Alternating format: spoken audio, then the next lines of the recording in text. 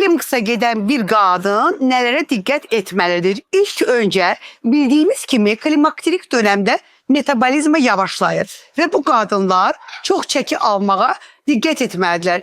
Esasen qidalanmalarında protein tərkibli, yəni zülalla zəngin qidalar yeməlidirlər. Karbohidrat, fast food, rafinə olunmuş qidalardan uzak durmalıdırlar. İkinci yerde ise idmanla məşğul olmaqdır. Bəli, idmanla məşğul olan qadınlar əzələ kütləsini itirmirlər və bunlar klimakterik dönemi daha rahat geçirdirlər. Üçüncü yerde ise elbette ki normal yuxu durur. Eğer siz akşamdan en azı 8 saat yatmış olarsınızsa səhər sizin xoşbəxtlik hormonunuz olan endorfinleriniz artar. Bu da sizin klimakterik dönemde bazı narahatçılıklarınıza, isti basmalarınıza, stresinizde köməkçi olmuş olar. Klimakterik dönemde olan hanımlar bir de neye dikkat eləməlidirlər?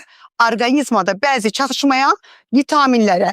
Elbette ki bildiğimiz kimi klimakterik periyodu olan kadınlarda estrogen azalmasına bağlı olarak fizyoloji osteoporoz başlayır. Ve buna da mütləq dikkat etməlidir. Eğer kalsium, vitamin D, magni kimi vitaminlerin avitaminozu başlayırsa mütləq qaydada bu dərman preparatlarını da qəbul etmeyi unutmasınlar.